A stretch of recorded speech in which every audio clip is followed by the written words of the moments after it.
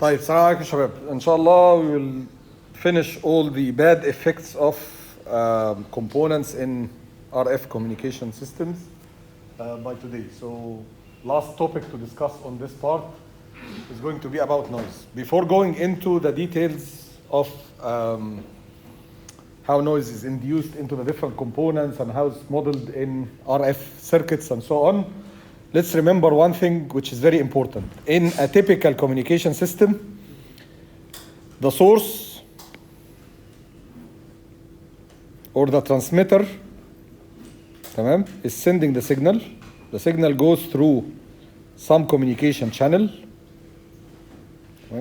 Then typically we say noise is added here and the signal is going into the receiver. Reality is, this is one block, this is the same block. So the noise actually is added only by the electronics of the receiver, by the components of the receiver. Transmitter in the modeling of communication systems does not add noise to the communication unless it's intentionally done for some other communication techniques like jamming and stuff like that. But typically, transmitter is not putting any noise. The channel itself, the communication channel, the communication medium is not inducing the noise. The noise is only induced by the electronics and the components of the receiver side, starting from the antenna, through the amplifier, through the filters, and so on. Tamam? Alaykum assalam wa rahmatullah. So the noise, alaykum assalam wa rahmatullah. So the noise is only induced by the electronics and the components of the receiver. Even the channel can reduce your power, cause multiplicative effect, cause some filtering effect, whatever. The channel is still some system that you go through, but it doesn't really add noise. The noise is added because of the electronics and the components of the receiver. Okay? So keep that in mind all the time. If you are sending the same signal twice to two different receivers, then the noise in one of them is not necessarily equal to the other one, because they are two different receivers. If you are sending signal from two different sources to the same receiver, it's the same noise added to both signals, okay? Because the noise is tied to the receiver, okay? And it actually comes from the components of the receiver. What's the most general source of noise in electronics? It's the thermal noise. Any resistive element, because of the variation of the temperature that it gets exposed to, that temperature causes some random movement of the electronics inside the component itself, and because of that, it causes what we call the thermal noise. So what does this mean? Let's look at this situation, for example, the first one that we see here. So you have a source, a voltage source, which is supposed to be ideal, and it has a constant exact value equal to VB. And you have a resistance here. Let's assume that it's very accurate resistance. So you measure the resistance. The resistance is equal to certain value R. Okay? And then you tie the voltage across the resistor. You measure the current going through. If you are doing accurate measurement, supposedly you should measure a current equal to VB over R, which is going to be constant all the time. If you are doing really accurate measure, you will find that the measured current is going to have something that looks like what you see here with the black line. So it's actually varying randomly, up and down, up and down, up and down. Why?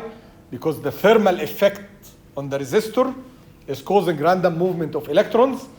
Electrons, when they move, they are moving charges, which means that they will induce some random current component, which is going to be added to that component that comes from the fixed voltage source across the resistor, right? So the actual measurement is going to be something varying, and it's randomly varying. You cannot really predict what its value is going to be. However, the average of that is going to stay at VB over R. So the VB over R that we talk about in Ohm's law and so on is the average current going through the resistor, but real current is varying up and down slightly, as long as we are in a temperature above absolute zero, 0 Kelvin, minus 273, right? If we are at 0 Kelvin, there is no random noise. Because everything, the electrons, they stop. They don't do anything. They don't randomly move or anything happens. But again, theoretically reaching 2 73 minus 273 is impossible, because you need to exert infinite energy basically to reach that point. You can get very close, but you cannot reach it, supposedly. Okay. Anyways, and the other observation is going to be as the temperature gets higher for the same circuit, the variation around the average value is going to get more in terms of the peak to peak, or if you measure the standard deviation in terms of random quantities. So the average in both cases is going to be VB over R, but the standard deviation here is going to be bigger compared to the standard deviation here. Tamam? Noise comes from temperature variations as well as other impurities in the material that you are using, and also variations in the material itself, variation in the environment, many things. So noise is due to this noisy current that appears in your circuit, comes from the addition of too many random elements together. Remember from your probability and statistics course, something called the central limit theorem. What does the central limit theorem say? It says that if you have too many random things added together, the resulting random process is going to follow something called the Gaussian or the normal distribution, the bell-shaped distribution. Right? So because noise comes from natural sources such as variation of temperature, variation of material properties, variation of environments, and so on, too many random things added together. So noise also, the noise induced in our electronics, is also following the Gaussian distribution. Gaussian. Or we call it normal, same thing.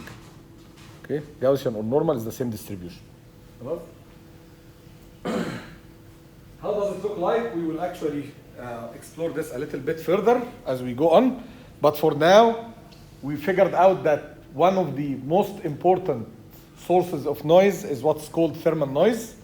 The noise appearing in our electronics or circuits due to thermal noise is a random process. Random process means what? Means two things.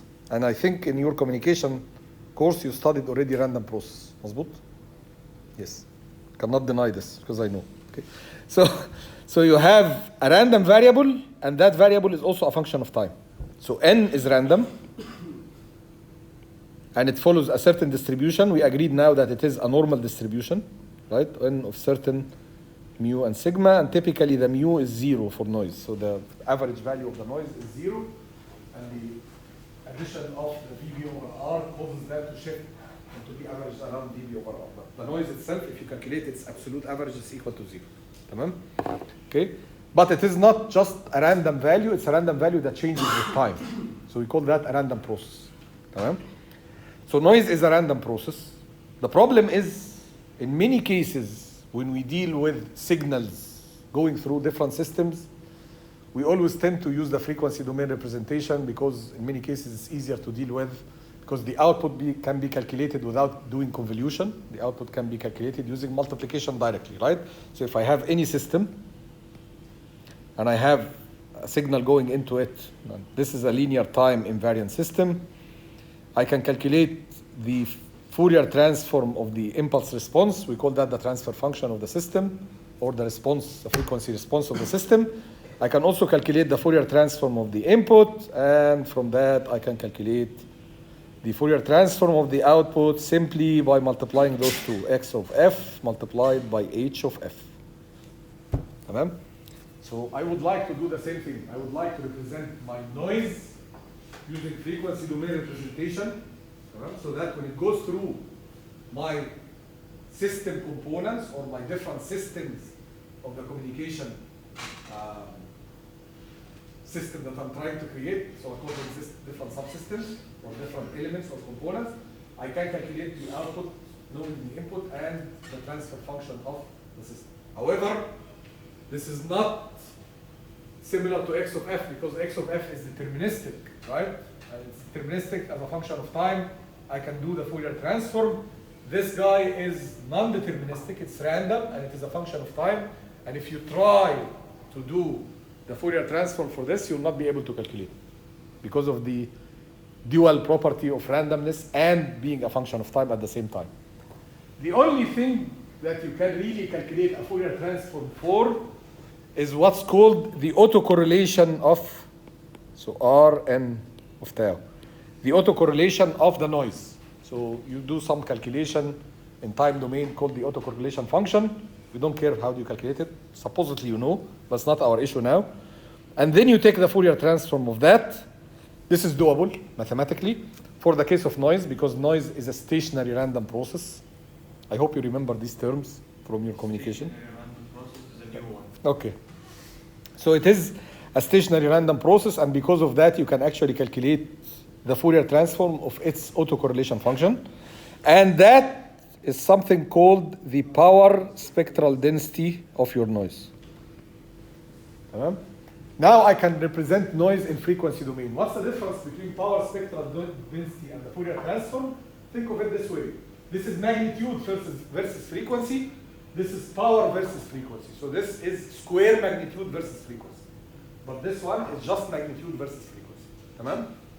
So now we can actually calculate the power spectral density, and if you plot that, I'm not saying for noise, power spectral density of any signal might look like this, for example. Okay, and if you want to calculate the total power contained in your signal, you just need to integrate this curve across all frequencies, right? So you get the area under the curve, and this area under the curve will give you the total power contained in your signal. Similarly, from time domain, you can calculate the total power in the signal. Square the signal, this is going to give you energy per unit time, right? Integrate over time, this is going to give you the total energy. Divide that by the total duration or total time.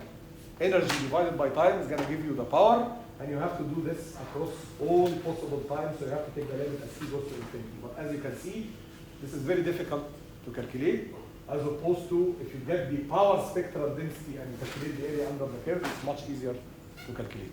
Okay? So you can do it from here or from here. Both will give you, should give you the same result if you can calculate both of them. Okay? Generally speaking, when you represent noise in frequency domain, you will end up with constant value across all frequencies. So this is how noise looks like in frequency domain. This is F, and this is Sn of F, the power spectral density of the noise. So it exists with the same value independent of frequency, right? And because it exists across all frequencies, we call it white noise, because it occupies all frequencies. Tamam? And because when you look at its random distribution as a time domain process, it follows a Gaussian distribution, we call it white Gaussian noise. Tamam? And because noise is added to the signal, we call it additive white Gaussian noise. Okay? That's when we represent noise in our communication system. Okay? Stop at this point. Let's do a jump like what they do in movies to something else, and then we'll come back to continue on what we did. Remember, I talked to you last time about the spectrum analyzer, and I told you that the spectrum analyzer is capable of representing the signal directly into frequency domain. So it doesn't really take your signal and then does a Fourier transform mathematically inside and then shows you the frequency domain. It just takes the signal, and with its circuitry, it just represents it in frequency domain. How does this happen? Here is how it happens in the simplest form. Imagine that that spectrum analyzer is composed of filter banks. Each one of those banks is 1 hertz wide and 1 amplitude height. So each filter, when you look at it in frequency domain, it has a bandwidth equal to 1 hertz only, and the amplitude is equal to 1 exactly.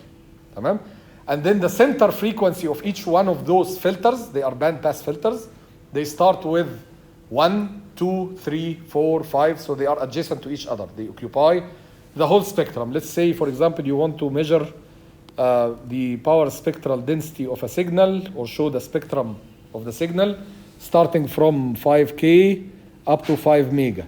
Then you start 5K, 5K and 1, 5K and 2, 5K and 3, 5K and 4. The banks of the filters are one after the other, each one with 1 hertz width. Tamam? And their center frequencies are 1 hertz apart from each other. Tamam? Okay? So these are the filter banks. You take your input signal. The signal goes through the filter. What's going to be the output? Only the content of the signal around that frequency with 1 hertz width. Calculate the power of that output. So put a power meter there. Tamam? What does this represent? Frequency. The power content in 1 hertz around that center frequency. In 1 hertz bandwidth around that center frequency. If you want to visualize this as part of the spectrum of the signal, now you didn't see the spectrum yet, but imagine that this is how the spectrum looked like, right? And then you pick a center frequency F2. And then you are 1 hertz around that. So half hertz from the left, half hertz from the right. Tamam? You took that part, and then you calculated the power. Calculated the power means you have calculated this area, right? Tamam? And then you represent this by a value, right? This value is going to be the total power contained here. If you want to calculate power per hertz, what do you have to do? Divide this value by 1 hertz, so it will stay the same. مظبوط لأن أنت الوidth that you occupied is 1 hertz. That's why we pick a 1 hertz. So we don't need to do a division later on. تمام? So basically, this power meter is going to give you the value of this point, more or less. اللي هي center point of that 1 hertz. تمام؟ كأنها average point of that slope of the curve here maybe looks like this, and you take the average value here. تمام؟ Yes. Are these Batman's filters usually tunable so that So you can start them at certain value, finish them at certain value, and occupy different bands. Just a small question. In most spectrum analyzers, there's a limit on how low you can go in the frequency rather than how high you can go. لا both limits I mean, exist. yes, Yeah. but I feel like there's some sort of a limit usually at, if I remember correctly, like 100 kilohertz. You cannot go anything below that. Does that have to do with the analog components getting too large for that frequency and the equipment? No, it's not. It's more difficult to measure lower frequencies because complexity of the components gets more. Not really too large. Not size of the component. But again, most of the spectrum analyzers, they can go to really hertz values, not the expensive, Yeah, the expensive ones. Yeah. Yes. Okay. And again, if you want to go to very high, you have to pay a lot more. If you want to go to very low, you have to pay a lot more. So these two extremes are always the costly parts of the spectrum analyzer. Why? Because of the complexity of the circuit. When you go to very low frequencies, you are exposed to more kinds of noise. We will see that as we go further in today's lecture. And when you go to higher frequencies, the challenge becomes really how to deal with that fast response to be able to analyze at these higher frequencies. Very high sampling rate, very high. So everything becomes more complicated. So that's why the two extremes are challenging. So back to, again, this is conceptual. Do not really imagine that there are filters, one component after the other and so on. These things are implemented both in hardware and software in a much clever way than the basic principle of operation. But eventually that's effectively what they do. Okay? So going back to this, okay? So this just was meant to show you that we can actually use spectrum analyzer to measure directly the frequency response, and the spectrum analyzer here is doing a power spectral density plot. It's not doing the Fourier transform of the signal. So whatever you see on the spectrum analyzer is the PSD of your received signal, transmitted signal, signal going through the system, noise going through the system, and so on. So the spectrum analyzer is always showing you power spectral density. Okay? So stop the flashback to the spectrum analyzer. Are there systems that implement FFT? Yes, they are. There are. Now, when we look at the spectral representation of signals, mathematically, we understand that we have both positive and negative side. Any real signal that you can physically produce in the lab or use in a system, when you take its Fourier transform or when you calculate the power spectral density, you end up with mathematical representation that spans positive frequencies and negative frequencies. And the total power contained in the system or in the signal, is going to be the total area under this curve. Reality is there is no such a thing like negative frequency. Okay. Even though this is the case, but the total power in the signal is actually the total area under this curve. So to compensate for this, because typically when you are asked to calculate the content or the power content of a signal in a certain frequency range. So someone is going to ask you, what's the total power contained in this signal between 5 hertz and 5 kilohertz? تمام? Both of these are on the positive side. And if you go and calculate from this curve, which is the mathematical representation of the power spectral density, you will only calculate this area. But you will forget about this because it's not between 5 and 5 kilohertz, right? The reality is the total power contained in this frequency is both these together. Double. So to compensate for this and to make the representation close to reality in terms of the numbers and so on, in many cases we use something called the one-sided power spectral density, because those two sides are always symmetric for real signals. Then we can only forget about this guy, keep this one, but multiply it by 2.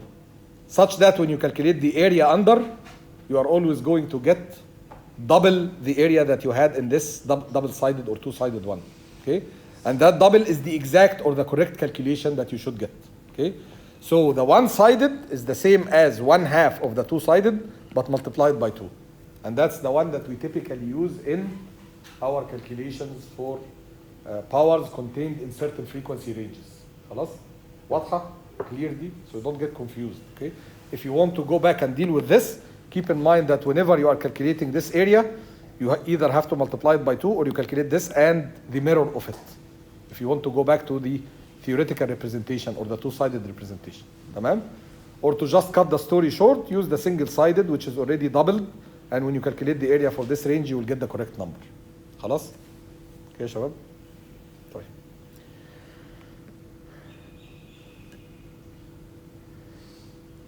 Back to our resistance and noise induced in resistances. تمام? Typically, and you have studied this probably in your circuits, maybe in some electronics course, right? The thermal noise induced in a resistor is equal to the power of the power spectral density of the thermal noise induced in a resistor is equal to? Okay. So it's equal to the Boltzmann constant multiplied by the temperature measured in Kelvin, so the absolute temperature, multiplied by the resistance value. And if you want to represent this in the two-sided, then it's multiplied by 2. If you want to do the single-sided, it's multiplied by 4. This is S. This is the power spectral density. So this is power per unit hertz, right? Remember that in this curve, to calculate the total power, you have to integrate over the curve, right? You have to integrate here. Okay? So that value that you see there is just the value of the point. For noise induced in resistors, as I told you a couple of slides back, that's why I said we'll stop here, we'll catch up later. It's going to be a constant value across all frequencies. What's the value of that constant? If it's two-sided, it's 2kTr. If it's single-sided, only this side, then it's 4kTr. What is the constant value again? Huh? The constant value. Boltzmann constant. It's written here. Boltzmann بتاع الفيزيكس. It's 1.38 times 10 to the times 10. This is a power. يعني 10 to the minus 23. Okay? So technically, the average power is infinity. Average power of all. Yeah, well, you are answering the question. You are asking the question here. Wait. Okay? So we agreed that this is S, the power spectral density of the noise, right? And it's independent of frequency, so it's fixed across all frequencies. Now if we do the single-sided, it will look like this, going all the way to infinity, right? That's F. This is SV of F. And the value here is 4kTr. Tamam? Okay. So knowing this, the question here says, before going to the question, because the noise spans all possible frequencies, we call that the white noise. Why we call it the white noise? Exactly. Because white light spans all frequencies of light, of visible light, right? It takes all the colors, right? So similarly, because it takes all the frequencies, we call it the white noise. Okay? Just the naming, where it comes from. The question, the first part, which Ali already answered, what's the total average power carried by the noise? Integrate under the curve, and total means you integrate across all possible values, and it didn't say in a certain frequency. So if you integrate this, you will get infinite area, right? That's gonna be infinity, tamam? Which is true. But true theoretically. Practically speaking, at very high frequencies, this curve drops. It doesn't really stay as a constant, but we don't care about that. We assume always that noise exists everywhere. Okay? Now, the second question says, what's the dimension? Dimension means unit of measure. So what's the unit of measure of this S? We said it a minute ago. Huh? Watts? Yeah, so it's power per frequency. So it's per hertz. So W per hertz. تمام? Okay?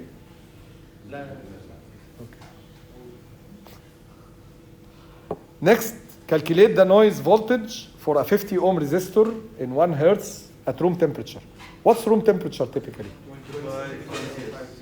20. In this course, 27. 27 Celsius? Why? Because it's easier. It makes it 300 Kelvin. So 25 will look very strange, right? 298. That doesn't make sense, right? So 27 makes it easier, right? So room temperature is 300 Kelvin. Okay? So whenever, in this course, whenever we are talking about room temperature, it's 300 Kelvin. خلاص? Okay? طبعا, of course, in real life, room temperature varies between one country and the other, and one room and the other, and so on. But it's a nominal value. So try to do this calculation. Calculate the noise voltage for a 50 ohm resistor in 1 hertz, so contained in a 1 hertz bandwidth, okay? At room temperature. Yalla. Try to do the calculation. Tell me what you will get.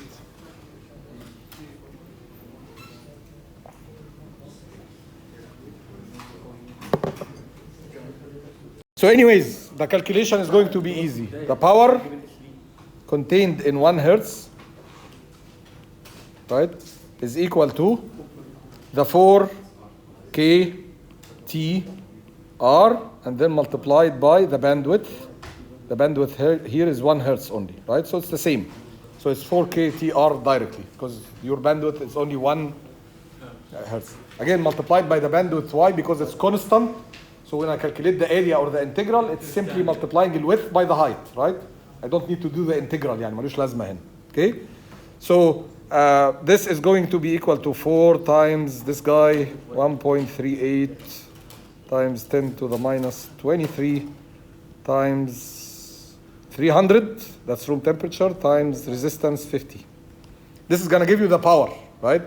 Now V square over R is equal to this value, اللي هو الباور. يبقى this means that V is equal to the power multiplied by resistance under the.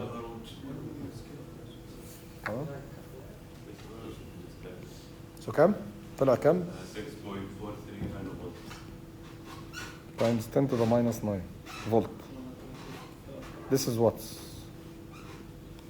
negligible basically. Negligible basically. مش negligible قوي. No. Why? Because when you are receiving signal at the receiver side, remember that this happens at the receiver. The received signal is also going to be in nanowatts.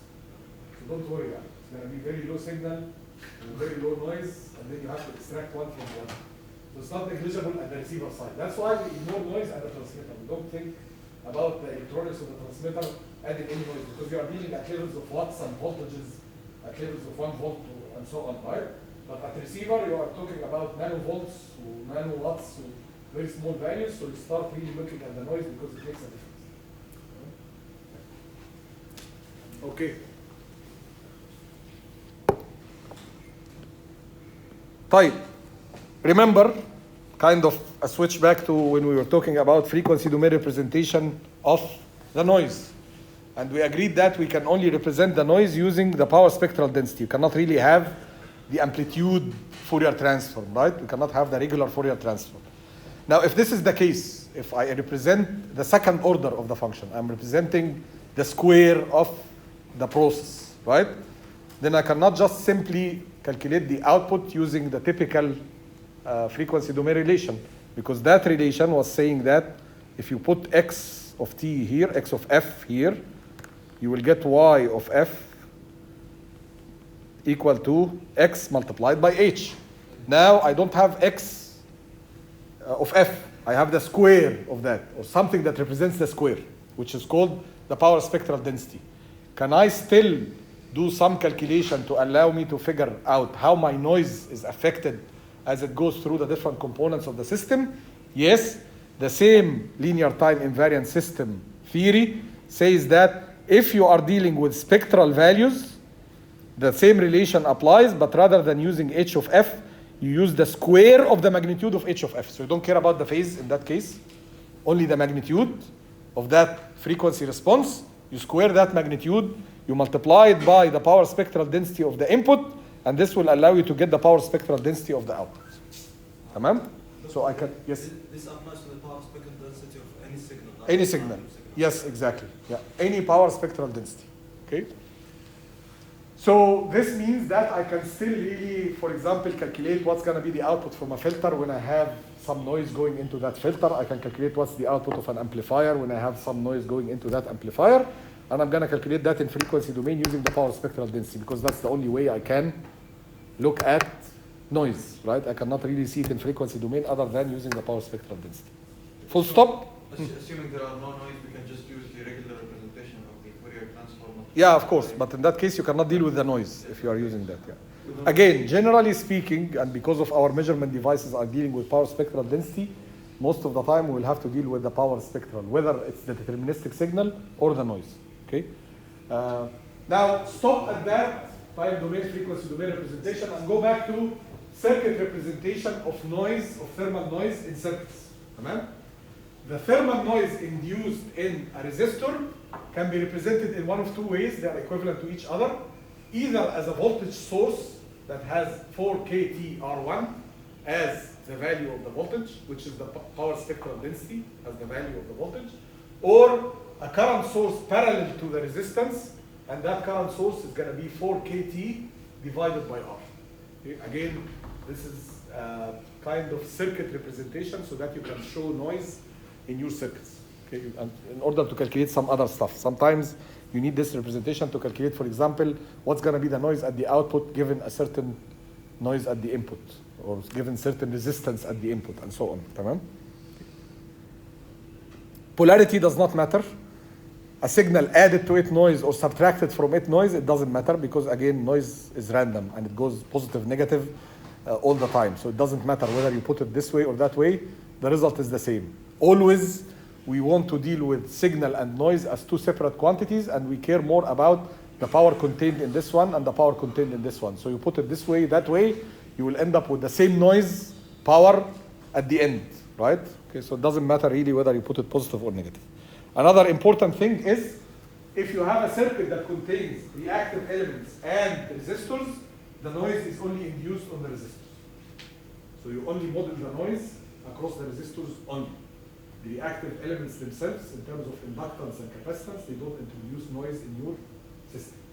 Again, the conductor, the inductor itself or the capacitor itself might have some non-idealities, which means that it includes some internal resistance and so on. But capacitance by itself does not induce noise. Only the resistance values are the ones where the noise is induced. This is called the theorem of lossy circuits. One representation of how can we show noise, for example, induced by the antenna. Remember, antennas are equivalent eventually to some radiation resistance. Remember, we discussed this last time. We were talking about antenna is taking energy from your signal, throwing it into the air, so as from your circuit and throwing it into the air. So as concerned inside my circuit, an antenna is a resistor that causes dissipation of energy, right? So the antenna is represented by a radiation resistance, and accordingly, whether it's a transmit or a receive, but we care more about the receive antenna, there is going to be some noise across this resistance, which is the noise induced by the antenna element itself. Okay, so the antenna element itself can add noise to your communication system, and the representation is the same, voltage source in series or current source in parallel, and the values are 4 kTr, as we mentioned already earlier. Okay. Doctor, just yes. one question. Feeder losses are different from noise, right? Losses in general are different from noise. Okay. Noise is an additive value. Losses are multiplicative. You attenuate the value, you amplify the value, and so on. Okay. Another element that we also have to take care of in terms of noise introduction in circuits is the MOSFET. MOSFET also introduces two types of noise. The thermal noise, which is represented by a current source going from the drain to the source, right? And that current source will have a value equal to 4kT. Again, this is very common to all representations of noise. And then the additional part here includes the GM, characteristic of the MOSFET itself. And another characteristic of the MOSFET that depends mostly on the, so the GM is designed for particular properties, right? The alpha is another factor that results, it's not really designed, it results from the manufacturing process. If it's 0.500, it's a 500 nanometer or a 250 nanometer or 0.28 or whatever, all these different manufacturing processes, they induce into the transistor a certain factor, noise factor, thermal noise factor, and that thermal noise factor is a property of the transistor. So when you get it, you will find the value of gamma given to you. Okay? Similar to the GM. The GM is also something typically given to you based on the design of the transistor. Okay? Again, we can do the equivalent of this. So instead of using the current source between the drain and the source, we can actually use a voltage source going into the gate of the transistor. In that case, the V square of that is going to be 4kT gamma divided by GM rather than multiplied by GM. The reason يعني إن هو remember the relation between V and I is the GM, right? Now since we are talking about the squares, this is why rather than just this disappearing, it appears. So it's kind of multiplied, divided by GM squared, because it's the relation between V squared and I squared. That's why one is multiplied by GM, the other is divided by GM. بس مش مهم يعني, I'm not going to ask you to derive these things. I don't want you to memorize these things. I just want you to know that resistor has thermal noise. It can be represented by a voltage or a current, this way or that way. The value, you don't need to remember it. It's going to be given to you or you get it from a book or whatever. Similarly, transistor introduces the CMOS, the MOSFET introduces a certain type of noise, can be modeled as a voltage source or a current source. The value is going to be given to you. You don't need to remember it. Similarly, the bipolar, but it's coming later. Still, for the MOSFET, we have another type, which is called the flicker noise. Flicker noise is different from the thermal noise. It's a frequency, it's a frequency-dependent noise. And it decreases as frequency goes up.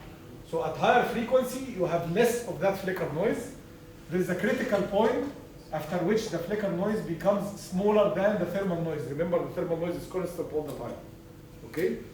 At that point, which is called the corner frequency, we start ignoring the flicker noise. So when you're operating in this range of frequency, you forget about the flicker noise, but you need to consider the flicker noise if you are operating at lower frequencies. That's why lower frequencies are more challenging to deal with, because the typical element, which is a transistor, introduces much more noise into the system. Yes?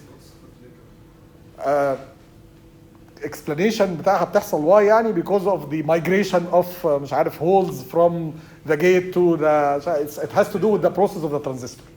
تمام؟ Yeah. So it's a different. It's not a result of thermal. It's a result of behavior of electrons and holes as they move between the gate and the drain. تمام?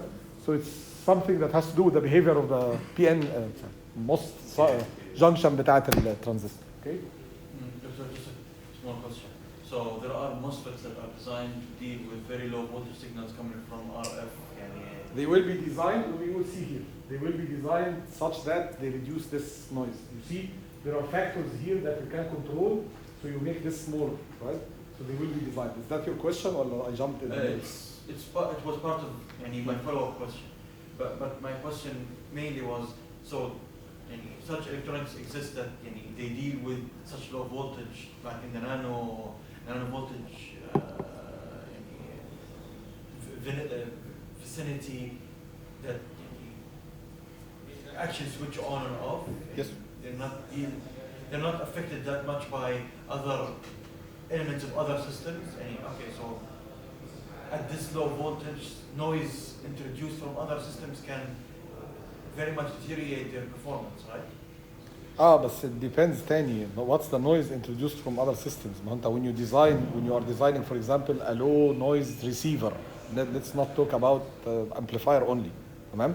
So you want a receiver with very high quality so that it can have a very good sensitivity and it can listen to signals that are even much weaker than the typical cheaper systems. Then you have to take care that every single component, and we will discuss the cascading of noise in, if we can catch up this lecture inshallah. Then you have to make sure that at every stage you are dealing with a low noise design that introduces as much little noise as possible. Tamam? Yes? I don't understand the voltage representation of noise. Is it V1 square or V1? And it's random. Why do we represent it with a single deterministic value of voltage? لا. Okay. It's random when you look at it in time domain. تمام? When you look at it in frequency domain, it's a fixed value which is the power introduced by the noise. تمام? And power introduced by the noise is proportional to V squared. If you want to get the voltage value, then you deal with the root of that V squared. بس. But sometimes when I V1 square equal 4 kTn, when you put the source, we don't take the root. Should we take the root from the source or no? It depends. If you want to put the source here and you put the voltage value across it, then you take the root of that. The root of 4 kTn. Yes. If you want to put just the power spectral density value, you can put directly the V squared, اللي هو that one. You can put voltage sources as power. Again, if you want to calculate something really out of the circuit, then you have to put it as voltages. If you want just to show that there is noise here, then you can put it directly with the, it's a very valid question. You can put it directly with the power spectral density representation. Yeah, if you are going to do actual circuit calculation, then you have to take care of that. You have to be very careful. The voltage is going to be the root of that value. Yes, yes, yes, yeah. Okay. طيب. Similarly for the current, by the way. So when we say here a current source and we write a value beside it, we have to be very clear whether that value is the power spectral density, which is going to be the square of the current, or is it just the current itself, which is going to be the square root of this. And when I'm doing calculation, I take the root? When you are doing circuit calculation, Yeah. yes, you deal with the root, yes. What I'm calculating is in frequency domain now. I put a deterministic value. No, again, eventually it will become power values, average power values. So you don't really care time domain or frequency domain. We're talking about average power value for that.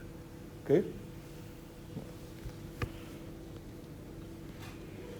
Okay, so we were talking about, the flicker noise. So the flicker noise is represented again by a current source across the drain and source of the transistor, and the value of that, the value of the square of that current source is going to be the representation that we see here. K again is not Boltzmann constant, this is capital K. Huh? So this capital K is again another property of the transistor itself, the MOSFET transistor. The W and the L, the length and the width and the length of the channel, the C side. The important thing is to notice that it has a factor of 1 over F. That's why we see that up there it's going down as frequency moves on, right?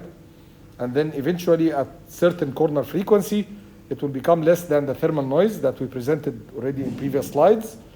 And that corner frequency can be calculated by equating those two values, right? The value of the, noise coming from the flicker and the value of the noise coming from the thermal. If you equate them, you can get the value of the frequency at the corner point here, which is the intersection of those two. Tamam?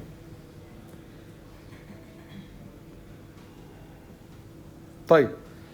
Bipolar transistor, another important element as well, and again, it can induce noise into our system design. The bipolar has two types of noise. There is the thermal noise. The thermal noise is as we presented it before. Remember that for the bipolar, there is R going to the base. There is R in the typical model for bipolar. There is base resistance, there is collector resistance, there is emitter resistance.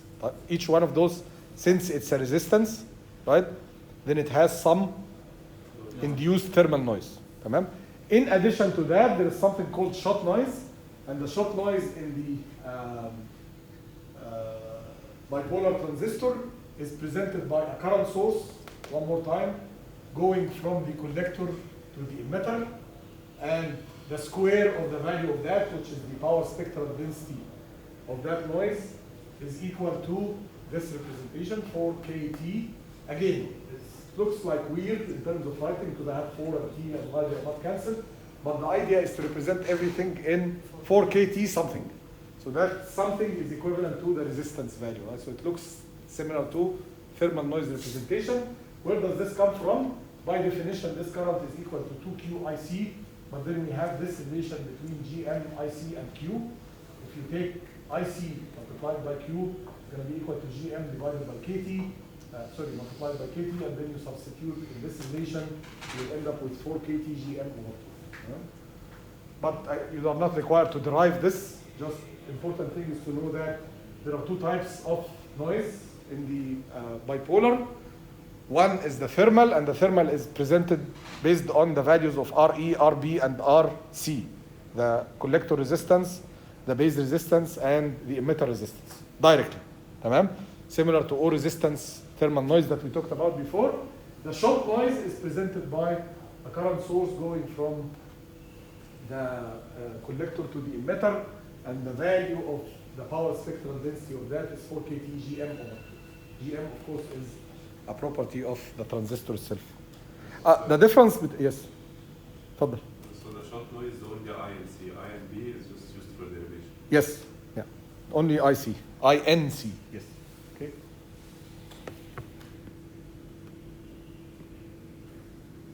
Noise figure. So instead of going through all what I mentioned before and trying to figure out what's the noise due to this transistor element and what's the noise due to that transistor element and so on, I typically end up, for example, with my amplifier, including multiple transistors combined together, and then that amplifier is presented to me with a specs. Typically, I deal with an amplifier chip, and that amplifier is presented to me in the specs or the data sheet, saying that this element has a noise figure of that value.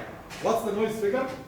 The noise figure is the ratio between the signal to noise ratio at the input divided by the signal to noise ratio at the output. Why do we use this particular representation? To represent the quality or the noise imposed by a particular component or part of the communication system. Let's start step by step. Number one, what's SNR? Signal to noise ratio, which is what? Power. Exactly, power of the signal over power coming from the noise. Tamam? If I have no noise power, what's going to be the signal to noise ratio? Infinity. So SNR, the bigger is SNR, the better my system. صح? Well, in the ideal case, the SNR can go to infinity if I don't have any noise at all in my system, which is not going to happen in reality. Okay? That's good. Now let's look at if I want to measure the quality of a particular component. So I connect it to a circuit, and then I measure the SNR at the output, right? And based on that SNR at the output, the higher the value of the SNR at the output, the better my component. True. But is it a measure of the quality of the component? I don't know. Why?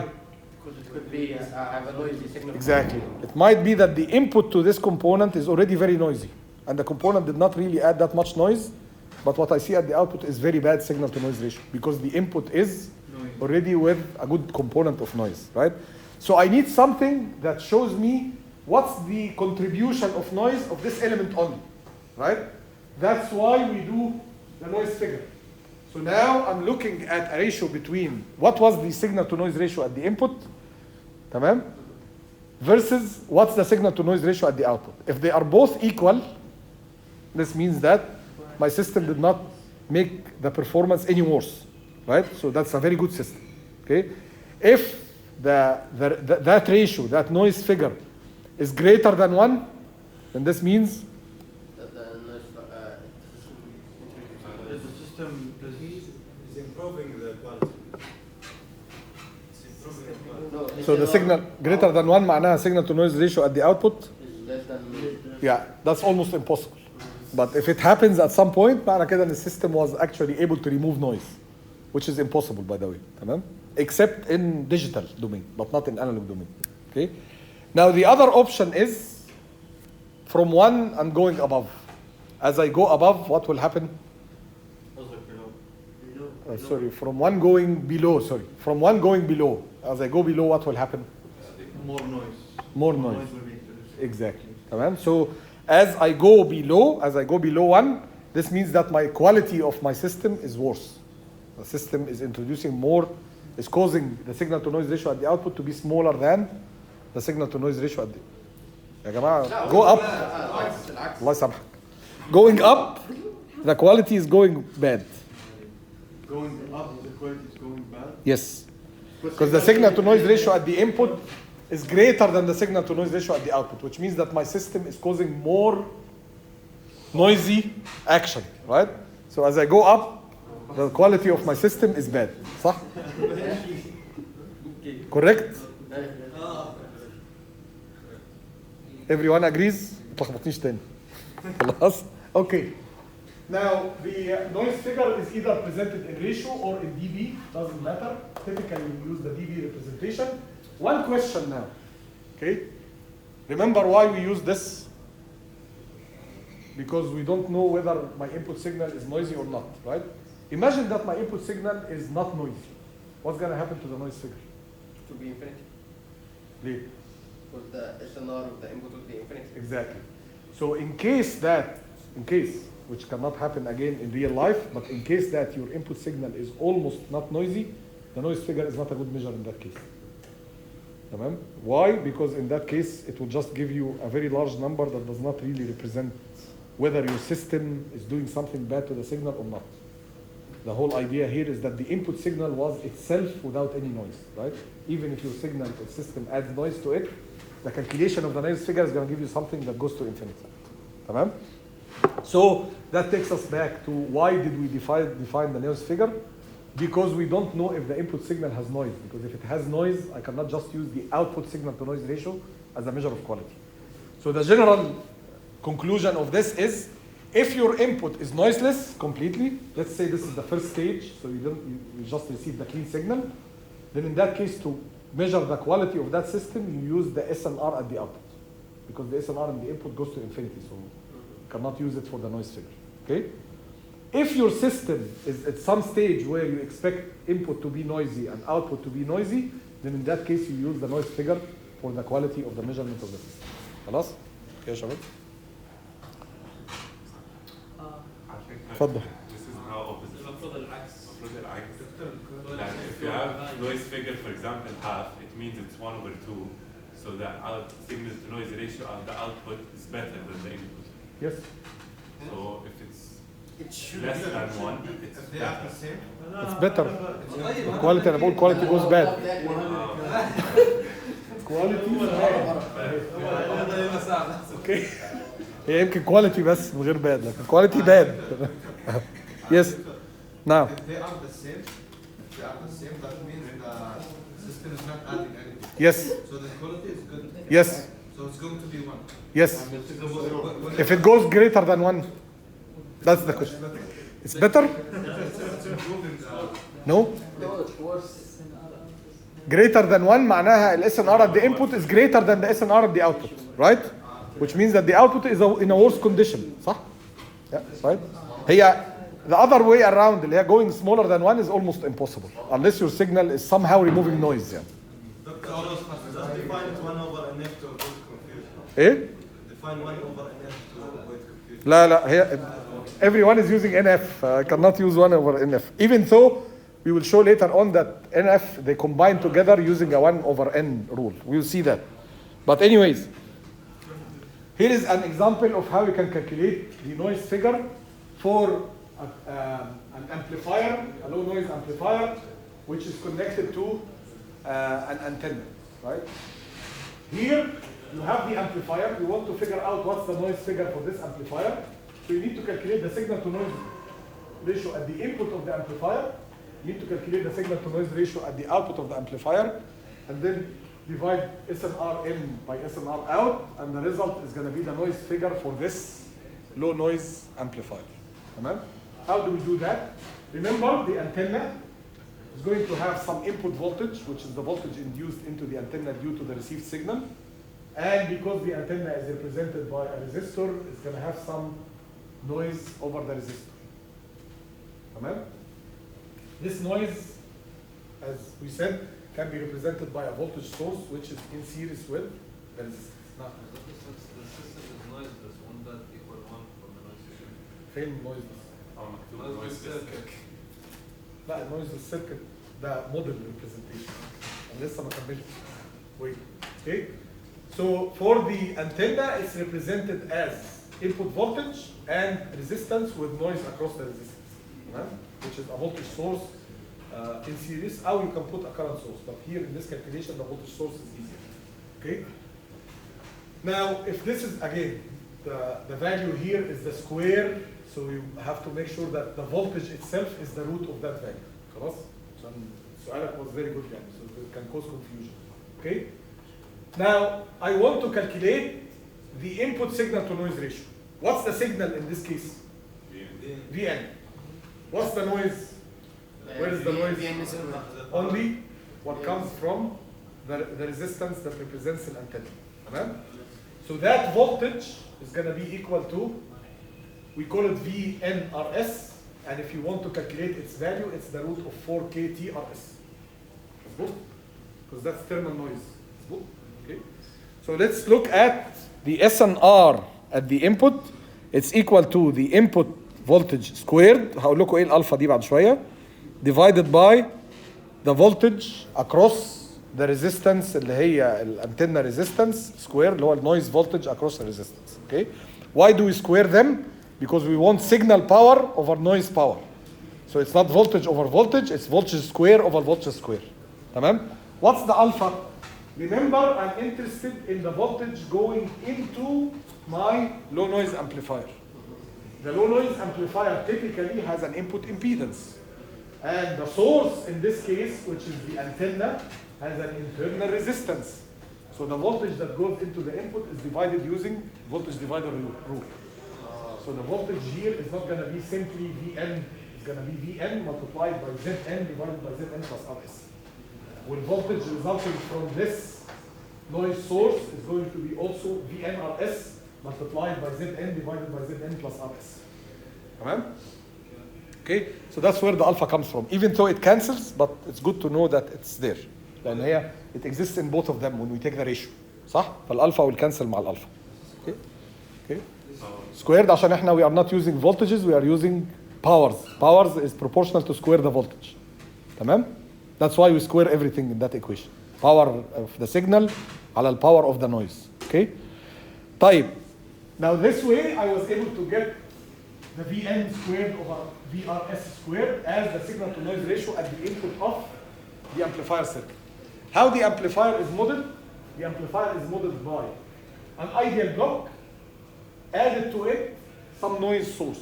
That noise source is a combination of all noises that happens inside here due to the transistors and everything. Tamam? So this Vn squared that we see here is a noise source. If you deal with the voltage, again you take the square root of that, right? Is a noise source which is a representation of all the noises induced by the amplifier. Tamam? Where do they come from? Typically they are in the data sheet or measured somehow in the lab. Tamam? So that's the noise which is induced by the amplifier circuit itself.